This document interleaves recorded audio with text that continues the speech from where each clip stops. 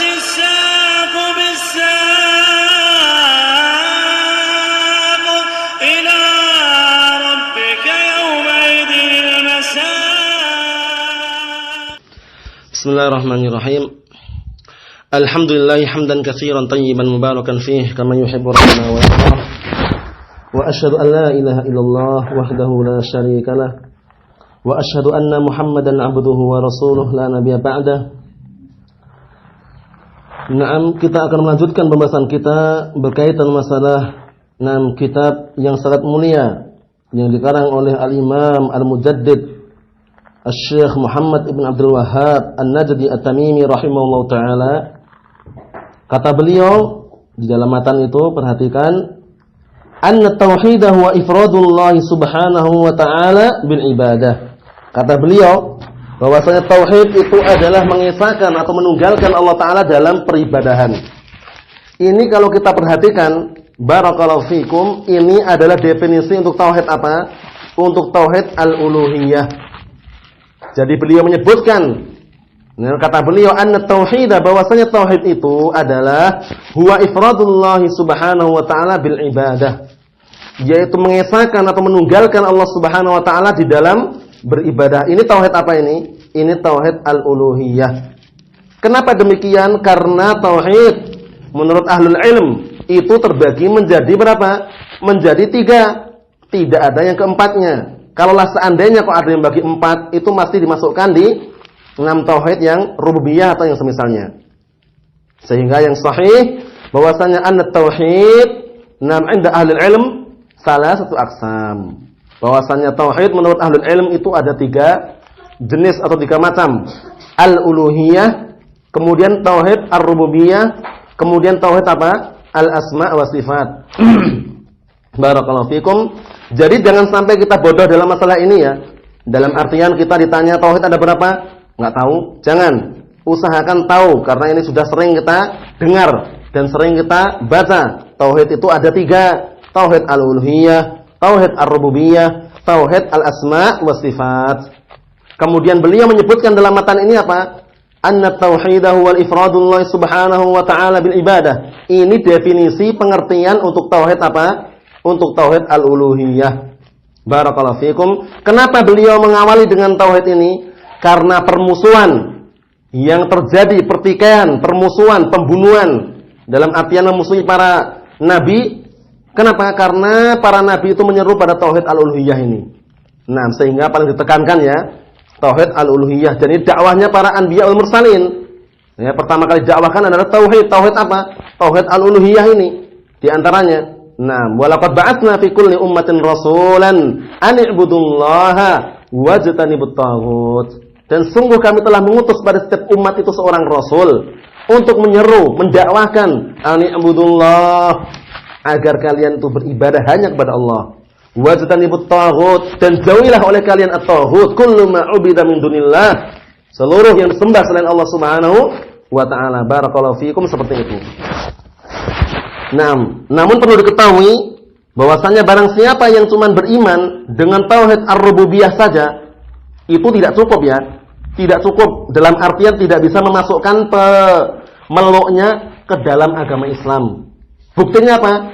Buktinya orang-orang musyrikin zaman dahulu, di zaman Rasulullah, kufar Quraisy, mereka mengakui, meyakini dengan tauhid ar-rububiyah. Tapi apakah memasukkan mereka dalam keislaman? Tidak. Sudah kita lewati, sudah kita lalui pembahasannya dalam kitab apa? Dalam kitab Al-Qawaidul Arba'. Bisa dilihat sana tentang permasalahan tersebut. Kalau tidak salah pada kaidah yang kedua itu. Kalau nggak salah ya, bahwasanya anal musyrikin, bahwasanya orang-orang musyrikin awalin, yang terdahulu apa? Kanu muqirrina bi anna Allah ar-Raziq al-Khaliq al-Mudabbir, atau dengan semakna itu. Bahwasanya orang musyrikin zaman dahulu mereka mengakui Allah itu pencipta, pemberi rezeki, pengatur alam semesta. Tapi apa? Walam yudkhilhum fil Islam. Tidak memasukkan mereka dalam keislaman. Tetap diperangi oleh Rasulullah sallallahu alaihi wa ala alihi wasallam. Paham ya? Seperti itu. Jadi mereka tetap diperangi semuanya hingga apa? Hingga menjadikan bahwasannya satu agama itu untuk Allah Subhanahu wa taala, wa yakunud din kulluhu lillah, dan menjadikan agama itu semuanya untuk Allah Subhanahu wa ta'ala. Barakallahu fikum, seperti itu. Sehingga tauhid al-uluhiyah bagaimana? Tauhidul uluhiyah mutadamminun lit-tauhid al-asma' wa sifat war rububiyah. Perhatikan.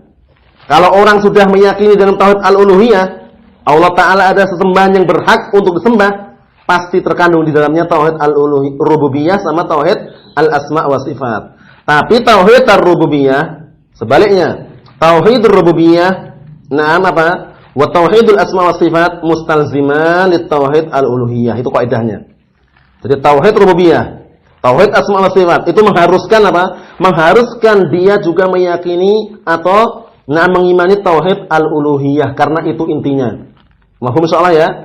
Insyaallah mafhum. Jadi kalau cuma meyakini mengimani tauhid ar-rububiyah saja atau al-asma' wa sifat saja tidak cukup, tidak memasukkan pelakunya ke dalam al-Islam.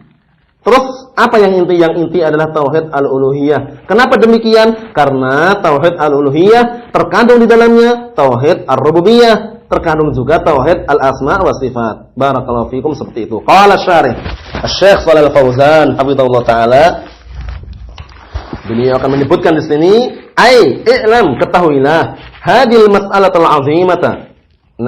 Ketahuilah permasalahan yang besar ini. Waj'alha fi dzakiratik, dan jadikanlah permasalahan ini pada dzakiratik, pada istilahnya akalmu. Pada akalmu yang kau ingat-ingat maksudnya.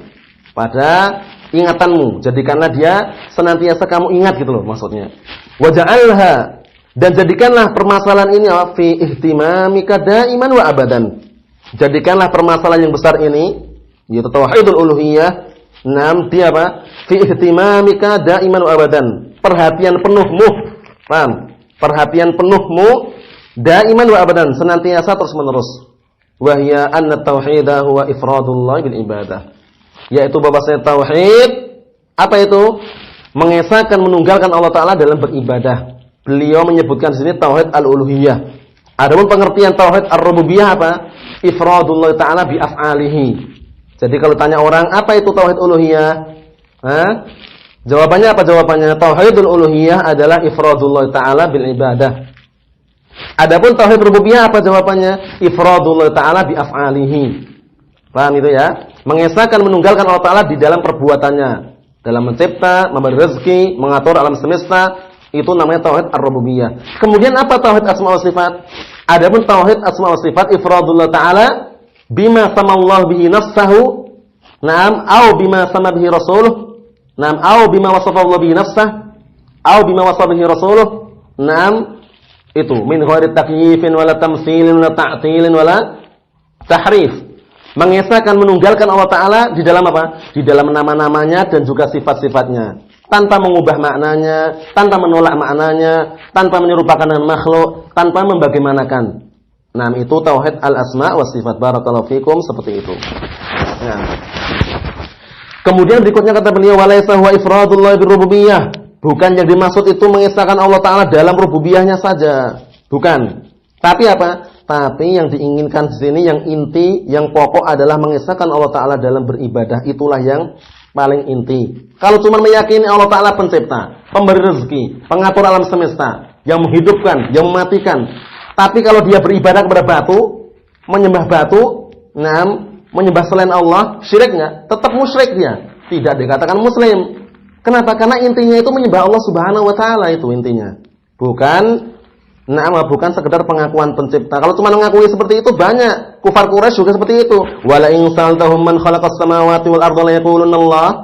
Kalau engkau seandainya tanya kepada mereka siapa yang menciptakan langit dan bumi ini, saya mereka akan mengatakan Allah. Menunjukkan bahwasanya mereka itu meyakini tauhid apa? Ar-rububiyah. Tauhid ar-rububiyah. Barakallahu fikum. Tapi itu tidak memasukkan mereka dalam keislaman. Buktinya Rasulullah memerangi ya. Rasulullah memerangi kufar Quraisy hingga Abu Lahab marah besar ketika Rasulullah mengumpulkan kaum muslimin waktu itu atau masyarakat waktu dikumpulkan di jalan-jalan untuk mengucapkan apa? Mengucapkan kalimat la ilaha illallah ya ayuhan nas qulu la ilaha illallah tuflihu. Wahai manusia, ucapkanlah kalimat la ilaha illallah, niscaya kalian akan beruntung. Apa kata Abu Lahab? Tabban laka ya Muhammad, katanya. Celakalah engkau ya Muhammad. Ali hadza jama'tana, katanya. Kurang ajar ya. Berani-beraninya mengatakan Rasulullah itu celaka, bayangkan ini. Abu Lahab ini. Nah, Abu Lahab mengatakan apa? Tabban laka ya Muhammad, celakalah engkau wahai Muhammad, katanya. Ali hadza jama'tana? Apakah hanya untuk seperti ini kamu mengumpulkan kami? Nah, ada alal alihata ilah wahida? Apakah dia Muhammad itu hendak menjadikan ilah lain banyak dari satu ilah? Nah itu. Mereka paham kan? Mereka itu paham tauhid uluhiyah, paham, cuman mereka mengingkari. Mereka tuh hendak ingin menyembah yang lainnya juga gitu loh. Enggak mau kalau seandainya cuma untuk Allah Ta'ala saja. Sehingga ketika waktu itu marah-marah. Nah ketika marah-marah seperti itu, langsung Allah Ta'ala turunkan satu surat yang penuh, yang menceritakan tentang keadaan Abu Lahab dan istrinya, Ummu Jamil. Nah, Ummu Jamil istrinya ya, namanya sebutkan dalam tarikh itu Arwa namanya. Arwa, Ummu Jamil. Nah, tabbat yada abi lahabi wa tab, ma aghna anhu maluhu wa ma kasab, sayasla naran dzata lahab wa imra'atuhu hammalatal hatab. Fi jidha Naam hablum min masad itu. Menunjukkan bahwasannya apa? Menunjukkan bahwasannya Abu Lahab sudah bisa dipastikan dalam artian dia termasuk penduduk neraka. Jelas itu ya, karena dalilnya ada. Itu boleh kita pastikan. Sebagaimana pelajaran yang sebelumnya kan, kalau seandainya dipastikan dalam Al-Qur'an atau dalam As-Sunnah fulan min ahlin nar, ya jelas seperti itu. Kata beliau di sini, walam yakunu muwahhidin fa inna hadza aqarra bihil musyrikun. Kalau cuma seperti ini ya, kalau cuma tauhid rububiyah orang musyrikun juga mengakui, tapi walam yakunu muwahhidin, tidak menjadikan mereka itu ahli tauhid. Kenapa demikian? Karena mereka menyembah berhala. Jadi mereka mengatakan Allah Ta'ala itu pencipta, pemberi rezeki, pengatur alam semesta, yang menghidupkan, yang mematikan, tapi kita menyembah berhala. Kita menyembah bebatuan. Nah itu, muskilahnya di situ muskilahnya. Dalam artian mereka tetap tidak dikatakan muwahhidin. Karena mereka masih menyembah selain Allah Subhanahu wa taala. Li'annahum lam yufridullah bil ibadah, karena mereka belum menunggalkan, belum mengesahkan Allah Ta'ala dalam beribadah. Barakallahu fikum. Jadi jangan sampai keliru dalam memahami atau memaknakan. Fa iqraruhum bit tauhid rububiyah, maka pengakuan mereka dengan tauhid rububiyah laisa huwa tauhidul matlub. Itu bukan tauhid yang diinginkan. Barakallahu fikum. Tapi tauhid yang mana yang diinginkan? Tauhid apa yang diinginkan? Yang diinginkan adalah tauhid al-uluhiyah, ifradullah Ta'ala bil ibadah. Barakallahu fikum itu. Nah, kita ulang-ulang ya agar menetap di benak kita, di dhihn kita. Bahwasanya tauhid uluhiyah itu adalah ifradullah Ta'ala bil ibadah, mengesahkan atau menunggalkan Allah Subhanahu wa taala dalam beribadah. Itu yang kita inginkan, bukan tauhid rububiyah ya, bukan, tapi tauhid al-uluhiyah. Wa innamat tauhidur rububiyah dalilun ala tauhidul uluhiyah wa lazimun lah. Cuma hanya saja tauhid rububiyah itu dalil yang menunjukkan bahwasanya tauhid uluhiyah wa lazimun lah, dan harus. Paham maksudnya itu? Dan harus ketika orang itu meyakini tauhid rububiyah, harus juga tauhid uluhiyah. Tapi kalau sudah meyakini tauhid uluhiyah, pasti tauhid rububiyah itu masuk di dalamnya. Barakallahu fikum, seperti itu. Kata beliau, "Faman aqarra bi tauhid rububiyah lazimahu an yuqir bi tauhid uluhiyah." Maka barang siapa yang dia mengakui dengan tauhid rububiyah, maka harus juga bagi dia untuk mengakui atau untuk menetapkan tauhid al-uluhiyah. Barakallahu fikum, seperti itu. Wallahu ta'ala, dan Allah Subhanahu wa ta'ala yadhkur fil Qur'an, telah menyebutkan dalam Al-Qur'an fi katsirin minal ayat, banyak sekali dalam ayat-ayat tentang tauhid rububiyah, dalilan sebagai dalil ala tauhidul uluhiyah, menunjukkan untuk tauhid al-uluhiyah. Ini dalil yang menunjukkan bahwasanya apa? Bahwasanya tauhid rububiyah harus juga adanya tauhid al-uluhiyah. Karena qala ta'ala ya ayuhan nas u'budu rabbakum alladzi khalaqakum walladzina min qablikum la'allakum tattaqun. Wahai manusia, ibadahilah oleh kalian Rabb kalian yang telah menciptakan kalian dan orang-orang yang sebelum kalian, la'allakum tattaqun, agar kalian termasuk insan yang bertakwa. Alladzi ja'ala lakumul arda firasya was samaa'a binaa'a, yaitu zat telah menjadikan untuk kalian bumi itu sebagai hamparan, sebagai tempat tidur istirahat, was samaa'a binaa'a, dan langit sebagai bina. Istilahnya bangunan itu. Wa anzala minas samaa'i ma'an, kemudian Allah Ta'ala turunkan dari langit air hujan. Fa akhraja bihi minas samarat, kemudian dengan sebab air hujan tersebut keluarlah dari muka bumi ini apa? Samarat, buah-buahan. tumbuh-tumbuhan, rizqan lakum, sebagai rezeki untuk kalian. Fala tad'alu lillahi andada wa antum ta'lamun. Maka janganlah kalian menjadikan sekali-kali, jangan kalian menjadikan untuk Allah itu tandingan-tandingan dalam keadaan kalian itu tahu bahwasanya tidak ada tandingan untuk Allah Subhanahu wa taala. Tidak ada, memang tidak ada ya. Walam yakul lahu apa? Kufuwan ahad. Tidak ada seorang pun yang setanding, sepadan dengan Allah Subhanahu wa taala. Dinafikan dalam surat Surat Al-Ikhlas itu. Naam. Hadza huwa tauhid rububiyah. Inilah tauhid rububiyah. Naam, sehingga ketika nanti di akhir zaman, di hari kiamat, apa kata Allah taala? Kul limanil mulkul yaum. Naam, kul limanil mulkul yaum? Qala lillah wahidul qahhar. Naam. Tidak ada yang berbicara waktu itu. Ditantang oleh Allah taala. Katakanlah limanil mulkul yaum? Lillahil wahidul qahhar. Nah, milik siapa sekarang kekuasaan sekarang ini? Sudah ditampakkan semuanya, dihancurkan, kemudian semuanya dikeluarkan, benda-benda berat dari muka bumi semuanya. Limanil mulkul yaum? Milik siapa kekuasaan sekarang? Lillahil wahidul qahhar. Hanya milik Allah taala, zat yang maha satu tunggal. Nah, dan juga maha berkuasa. Barakallahu fikum, seperti itu. Kemudian berikutnya kata beliau, hadza wa tauhid rububiyah wa huwa dalilu tauhidul uluhiyah, yang mana tauhid rububiyah itu adalah dalil untuk tauhid uluhiyah. Fa aqama subhanahu wa ta'ala al-hujjata alaihi, maka Allah taala telah menegakkan hujjah untuk mereka. Fima ankaruh, terhadap perkara yang mereka mengingkarinya. Min tauhidul uluhiyah, berupa tauhid al-uluhiyah. Bima tarafu bihi, dengan apa yang mereka mengakui dengannya. Min tauhid rububiyah liyalzimahum bidzalik, agar mereka itu mengharuskan juga mengikutkan tauhid al-uluhiyah. Jadi cukup atau tidak kalau meyakini tauhid rububiyah saja? Ngam, cukup atau tidak? Tidak cukup, harus diiringi dengan apa? Tauhid al-uluhiyah. Barakallahu fikum, seperti itu. Jangan sampai keliru dalam melangkah dan juga memahami ya, karena ini perkara yang penting. Kata beliau, haitsu qala lahum, ketika dikatakan kepada mereka, kaifa ta'tarifun annahu wal khaliq ar-raziq al-muhyi al-mumit? Bagaimana kalian tahu bahwasanya Allah Subhanahu wa taala itu yang mencipta, memberi rezeki, menghidupkan dan mematikan. Wa annahu la syarika lahu fi dzalik, dan bahwasanya tidak ada sekutu baginya dalam perkara tersebut. Tsumma tusyrikuna fi ibadatih. Kemudian kalian malah justru berbuat syirik dalam beribadah kepadanya. Paham maksudnya nih? Kalian itu kan tahu bahwasanya tidak ada yang mencipta selain Allah, ya kan? Tidak ada yang memberi rezeki kecuali Allah, tidak ada yang menghidupkan, mematikan kecuali Allah. Tidak ada sekutu baginya. Tapi kenapa kalian malah berbuat syirik dalam beribadah gitu loh? Seharusnya kalian itu mengatakan juga tidak ada zat yang berhak untuk diibadahi kecuali Allah, seperti itu.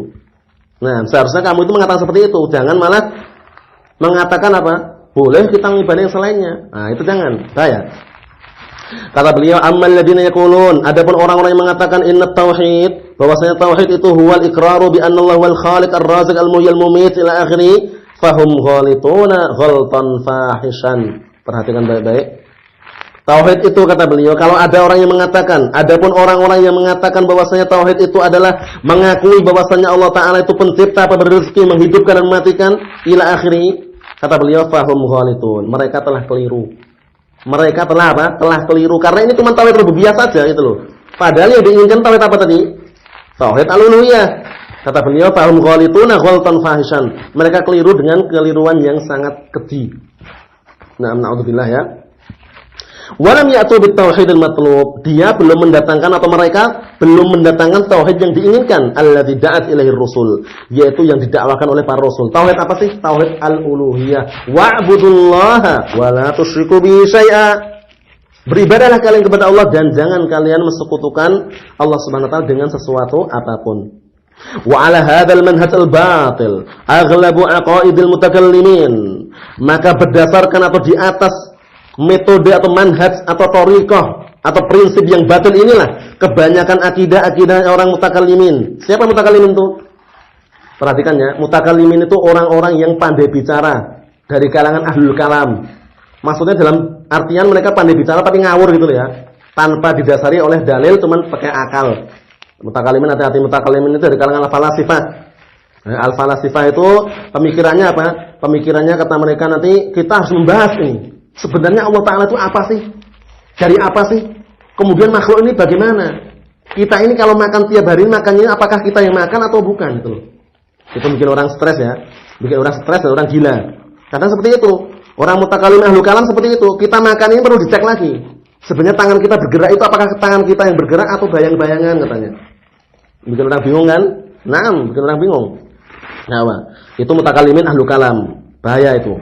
Nah, yang sering dikenal dengan apa? Al-falasifah. Allati tudarisul an fi katsir minal madaris al-Islam. Al-tudarras yang diajarkan sekarang kebanyakan di madrasah-madrasah Islamiyah. Jadi kalau kalian jumpai ya, mungkin di sekolahan-sekolahan atau di madrasah-madrasah atau di tempat kuliah-kuliah sekarang banyak pemahaman seperti ini. Ya, pemahaman apa? Al-falasifah dimasukkan di situ. Manusia itu sebenarnya dulu dari apa? Pahami ya? Aslinya kalau kita yakin ya manusia itu jelas dari tanah ya, dalam artian seperti itu kan ciptakan oleh Allah Subhanahu wa taala kan. Nah, Allah Ta'ala kalau mau menciptakan tinggal menciptakan itu aja. Nah, dalam artian dari air apa? Air mani. Ya, sebutkan dalam Al-Qur'an itu kan. Tapi mereka tidak. Manusia itu dulu asal usulnya bukan manusia. Manusia itu asal dari kera katanya. Bayangkan itu. Itu namanya thariqah Darwin namanya. Darwin itu mereka mengatakan manusia itu asalnya dulu kera. Aslinya dulu punya ekor, kemudian karena sering duduk akhirnya ekornya putus. Jadi manusia. Dulu awalnya punya ekor, kalau jalan membungkuk jalannya itu. Akhirnya lama-lama duduk, putus ekornya, kemudian dia berjalan dengan tegak dan berdiri. Itu jadi manusia itu asalnya kera kata mereka. Ini keliru besar ya. Nah, dari mana? Kok kita dipermisalkan dengan kera? Padahal Allah Ta'ala berfirman apa? Kita ini diciptakan dalam fi ahsani taqwim. Sebaik-baik bentuk kok malah disamakan dengan kera. Padahal orang yang ngomong itu sendiri kalau disamakan dengan kera tidak mau gitu loh. Nah, permasalahan itu. Nah, dan itu juga tentunya dengan akal semuanya ya. Jangan kita peduli dengan ucapan mereka. Nah, kemudian juga mereka membahas masalah bumi. Bumi yang sekarang kita duduk ini bulat atau kotak? Bulat atau daratan gitu loh. Bingung kan? Ya, kalau seandainya bulat, bumi ini bulat, bagaimana kita kok nggak gelimpang? Kok tidak bergulingan, berjatuhan? Katanya kalau bumi ini bulat seperti bola. Tapi yang dikuatkan para ulama, nggak perlu diperdebatkan lagi walaupun ada khilaf, Syekhul Islam dan juga Syekh Muhammad bin Shalih Al-Utsaimin bahwasanya bumi itu bulat. Karena saking besarnya bumi ini, tidak kelihatan bulatannya, sehingga kelihatannya apa? Hamparan. Mahfum ya? Seperti itu. Nah, bumi ini bulat, karena begitu besarnya bulatan bumi ini tidak diketahui bentuk bulatnya itu, tapi hanya bentuknya hamparan. Nah, seperti itu. Itu yang dikuatkan Syekhul Islam dan juga Syekh Muhammad bin Shalih Al-Utsaimin rahimahullah taala. Wa qasada Syekh rahimahullah taala bihadza ta'rif. Asy-Syekh rahimahullah taala menginginkan dengan definisi ini, Syekh Muhammad bin Abdul Wahhab, ya kan? Tauhid itu adalah ifradullah taala bil ibadah. Beliau menginginkan dengan ucapan tersebut huwa raddu ala haula'il ladzina rakkazu, yaitu bantahan terhadap orang-orang yang mereka rakkazu, perhatian penuh ala tauhid rububiyah, untuk tauhid rububiyah. Wa taraku tauhid al-uluhiyah, kemudian mereka meninggalkan tauhid al-uluhiyah. Fa hadhihi awal syubhah, ini syubhat yang pertama kali. Paham ya maksudnya ya? Sekarang kita baca kitab apa sih ini? Kitab yang kita baca ini kitab apa sekarang ini? Kitab Kasyfu Syubhat. Membongkar syubhat-syubhat, ini syubhat yang pertama kata beliau. Fa hadhihi awal syubhah. Inilah syubhat yang pertama. Wahia, yaitu annahum ja'alu tauhid ar-rububiyyah, mereka menjadikan tauhid rububiyah itu huwa tauhidul matlub, adalah tauhid yang diinginkan. Keliru atau benar? Benar atau keliru? Jelas keliru, jelas batil. Bahkan tauhid yang diinginkan tauhid apa? Tauhid al-uluhiyah, bukan rububiyah. Wa anna man afradallahu bihi fa huwal muwahhid. Kata mereka bahwasanya barang siapa yang mengesahkan menunggalkan Allah Taala dengan tauhid rububiyah berarti dia muwahhid. Keliru. Wa allafu kutubahum fi, dan bahkan mereka mengarang kitab-kitab mereka. Wa banau manhajahum alaih, dan mereka membangun metode atau prinsip mereka di atasnya, atas apa? Tauhid rububiyah tadi. Wa sarafu hammahum, dan mereka memalingkan keinginan kuat mereka ila tahqiqihi. Paham ya? Jadi mereka memalingkan keinginan kuat mereka untuk mewujudkan tauhid rububiyah ini. Padahal apa? Padahal keliru ya. Padahal keliru. Yang benar bagaimana? Yang benar bahwasannya yang dituntut tauhid yang diinginkan, yang dituntut para nabi dan juga al-anbiya wal mursalun adalah tauhid al-uluhiyah, ifradullah taala bil ibadah. Adapun tauhid rububiyah harus atau mengharuskan orang yang meyakininya juga meyakini tauhid al-uluhiyah. Tapi kalau sudah meyakini tauhid al-uluhiyah, terkandung di dalamnya tauhid rububiyah dan juga tauhid asma wa sifat. Barakallahu fikum. Cukup sekian dulu yang sampaikan. Insyaallah taala bermanfaat bagi diri anak pribadi kita semuanya. Biidznillah jalla wa ala. Kita lanjutkan pada pertemuan yang berikutnya. Subhanakallahumma wa bihamdik, asyhadu an la ilaha illa anta, astaghfiruka wa atubu ilaik. Walhamdulillahirabbil alamin.